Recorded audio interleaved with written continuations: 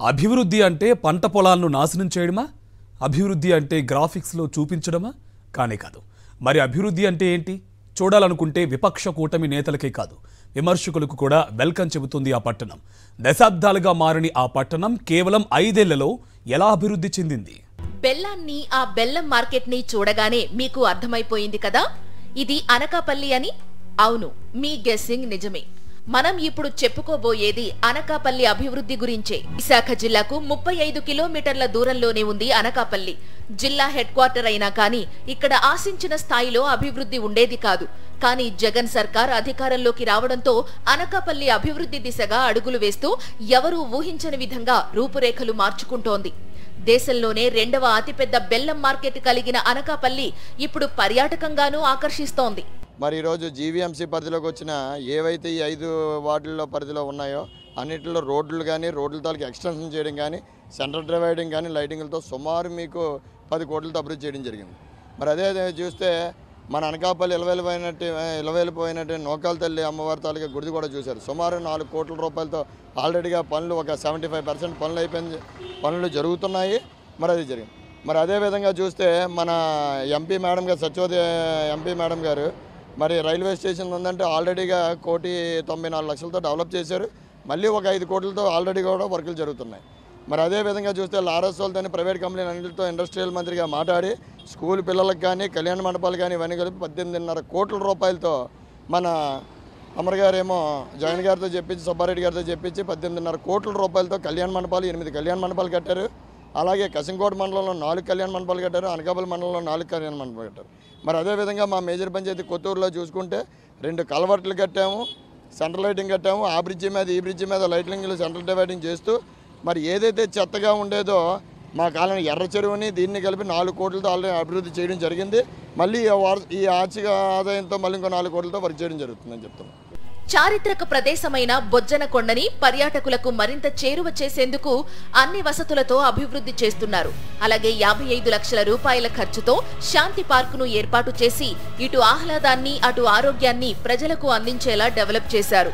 అనకాపల్లికి ఒక తలమానికంగా, మణిహారంగా ఉండాలి అని చెప్పి బొజ్జన కొండని 7.5 కోట్లు సెంట్రల్ ఫండ్స్, దానికి ఒక 1.54 ఏకర్స్ గౌరవ ముఖ్యమంత్రి గారు దాన్ని స్థలాన్ని కేటాయించిన తర్వాత దానికి అనుమతులు మంజూరు చేయటం జరిగింది. దానికి ముఖ్యమంత్రి గారికి ప్రజలందరి తరపున కూడా ధన్యవాదాలు తెలియజేసుకుంటూ ఈ నెలాఖరికి నిర్మాణం కూడా పూర్తయి అది ప్రజలకు అందుబాటులోకి వస్తుంది. ఎందుకంటే ఆ బౌద్ధారామము లైట్ అండ్ సౌండ్ షో అసలు ఈ ప్రాంతంలోనే లేదు. అటువంటి విశిష్టమైన మరి ఒక స్ట్రక్చర్ మనకి అనకాపల్లిలో రావటం పార్లమెంటు ప్రతినిధిగా నాకు అత్యంత సంతోషకరమైన విషయం. విద్యా, వైద్యానికి ప్రాముఖ్యతనిచ్చే సీఎం వైఎస్ జగన్ అనకాపల్లి ప్రభుత్వాసుపత్రిని కూడా అభివృద్ధి చేశారు.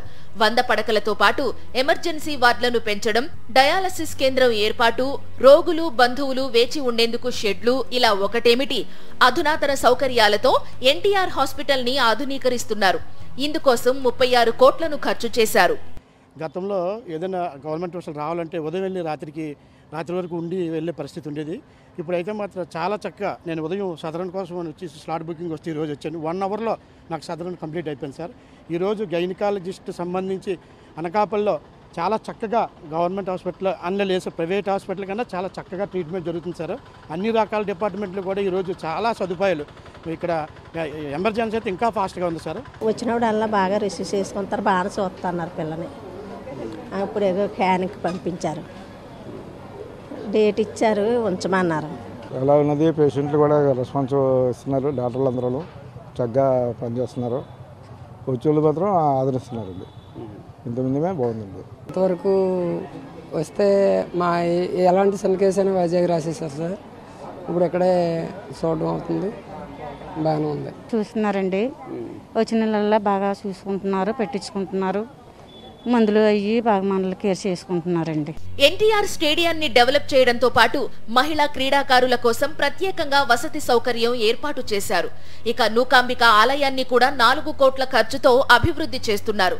ఇలా అనకాపల్లి అన్ని రకాలుగా అభివృద్ధి పథంలో నడుస్తోంది.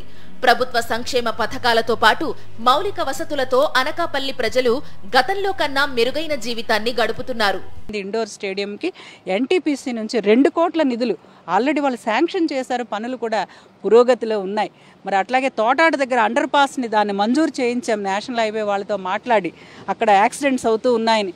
సత్యనారాయణపురం రైల్వే దాని కిందని పాసేజ్ కోసం ఆ ప్రజలందరూ కూడా విజ్ఞప్తి మీద గతంలో ఎవ్వరు కూడా దృష్టి పెట్టేవాళ్ళు, ఒక పేపర్ పెట్టేవాళ్ళు, అంతటితో మర్చిపోయేవాళ్ళు. ఇవాళ 5 కోట్ల నిధులు రైల్వే నుంచి మనం తీసుకుని వచ్చి సత్యనారాయణపురం వాసుల చిరకాల స్వప్నం అక్కడ దొంగగడ్డ అని ఉంటుంది. ఆ వాటర్ వచ్చేటప్పుడు చాలా ఇబ్బందులు పడిన నేపథ్యంలో అంబులెన్స్ కానీ అది వెళ్ళడానికి ఒక పాసేజ్ కోసం స్పెషల్ అనుమతులు తీసుకుని వచ్చి ఇవాళ మన ప్రభుత్వం, మన వైసీపీ ప్రభుత్వం అనకాపల్లి నియోజకవర్గాన్ని ఈరోజు మరి అత్యుత్తమంగా అభివృద్ధి చేసింది. ఇది మేము చెప్తున్న మాట కాదు, ప్రజల నుంచి వస్తున్న మాట. తాగునీరు, రోడ్లు, మంచి విద్య, వైద్యం వంటి మౌలిక వసతులు ప్రజలకు పక్కాగా అందినప్పుడే అభివృద్ధి అంటారు. జగన్ పాలన ఆ దిశగానే అడుగులు వేసింది. ప్రజల మౌలిక వసతుల కల్పనకు ప్రాధాన్యతనిచ్చి అభివృద్ధి చూపిస్తోంది.